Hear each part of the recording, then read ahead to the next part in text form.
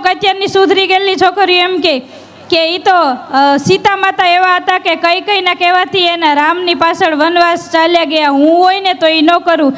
એ સીતા કે જેણે પોતાના પિતાની આબરૂ સાચવવા, સંસ્કાર સાચવવા, સંસ્કૃતિ સાચવવા 14 વર્ષ સુધી વનવાસમાં પતિના પગલે હાલે ગઈ હતી. અને અત્યારની દીકરીઓનું આપણે ધ્યાન રાખવું પડે છે કે ક્યાં જઈને શું કરે છે. જય દ્વારકાધીશ બધાને.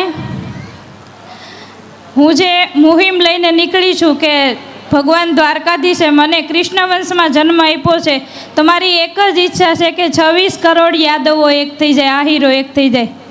તો એનો આ બેહૂબ ઉદાહરણ મને ખંભાળિયા ગામમાં લાગ્યો છે કે આ ગામની અંદર દાડમ બાબાની કેટલી કૃપા હશે કે આ ગામના દરેક લોકો ખભે ખભો મિલાવીને કામ કરી રહ્યા છે. હું ભગવાન દ્વારકાધીશને પ્રાર્થના કરીશ કે આ ગામની એકતાને ક્યારેય કોઈની નજર ન લાગે ને આવી જ રીતે એક બનીને કાર્ય કરતા રહો. આજે 3જી વખત આ ગામમાં આવવાનું થયું છે અને મેં મહારાષ્ટ્ર વખતે સાંભળ્યું હતું અહીંયાના બહેનો પાસેથી કે ખંભાળિયામાં કોઈ પણ કાર્યક્રમ કરીએ ને તો આપણે કાંઈ ટેન્શન જ ન રહે, કાર્ય આપણું સફળ પાર થઈ જ જાય. તો આપ સૌને આ એકતા માટે ખૂબ ખૂબ શુભેચ્છા પાઠવું છું. આજે આપણે સૌ કથાના અંતિમ દિવસે કથા સાંભળવા માટે એકત્રિત થઈએ છીએ, એટલે તમારો વધારે સમય નહીં લઉં. હું જે વાત લઈને નીકળી છું કે મારો એક જ મુદ્દો છે કે આપણા આહિર સમાજની સંસ્કૃતિ અને પરંપરા જળવાઈ રહી.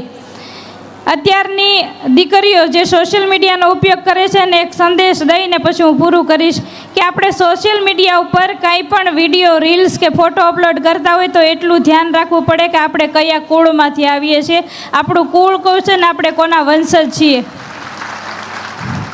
પણ દીકરીઓ અત્યારે સોશિયલ મીડિયામાં એવી રીલ અપલોડ કરે અને પછી વહુ હોય એવી રીલ બનાવે ને. અત્યારે મેં ઘણા કિસ્સા સોશિયલ મીડિયા પર એ જોયા કે ઘણી વહુ એવી રીલ અપલોડ કરે કે મારી સાસુ મને દીકરીની જેમ રાખે છે, એ બધું કામ કરે છે અને મને વિડીયો બનાવવા માટેની સ્વતંત્રતા આપે છે. એ સ્વતંત્રતા નથી, તારા મા બાપના નામ ઉપર કલંક છે કે તું એક વહુ થઈને ત્યાં આરામ કરે છે અને બેડરૂમમાંથી જોવે કે સાસુ જાગ્યા કે નહીં, કામ કરે છે કે નહીં. સાસુને કામ કરતા જોઈને પાછી સૂઈ જાય વહુ. અને અમુક અત્યારની સુધરી ગયેલી છોકરીઓ એમ કે એ તો સીતા માતા એવા હતા કે કઈના કહેવાથી એના રામની પાછળ વનવાસ ચાલ્યા ગયા, હું હોય ને તો એ ન કરું. એ સીતા કે જેણે પોતાના પિતાની આબરૂ સાચવવા, સંસ્કાર સાચવવા, સંસ્કૃતિ સાચવવા 14 વર્ષ સુધી વનવાસમાં પતિના પગલે હાલે ગઈ હતી. અને અત્યારની દીકરીઓનું આપણે ધ્યાન રાખવું પડે છે કે ક્યાં જઈને શું કરે છે. એ સંસ્કાર, એ સંસ્કૃતિ આપણા સમાજમાં ફરી જીવન થાય. અને ખાસ એક છેલ્લો મુદ્દો કે આહિર સમાજમાં આવેલું આ દૂષણ કે સરકારી નોકરી હોય ને તો જ હગાઈ થાય, સરકારી નોકરીવાળો જ જમાઈ જોઈએ.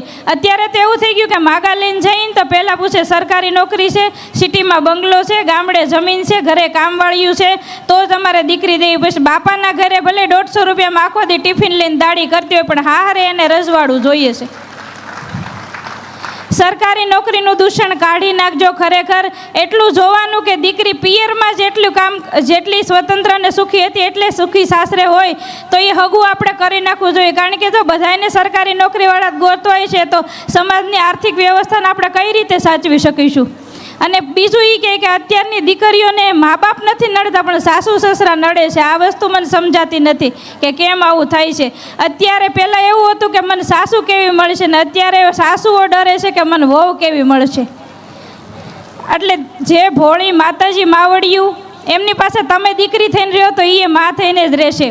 આપ સૌનો વધારે સમય નહીં લે કારણ કે હું તો એક વક્તા છું ને મારું કામ છે બોલવાનું. પણ એક છેલ્લી વિનંતી કરીને જાઉં કે આવીને આવી સમાજની એકતાની સાથે આપણી સંસ્કૃતિ પણ જાળવી રાખજો. જય દ્વારકાધીશ.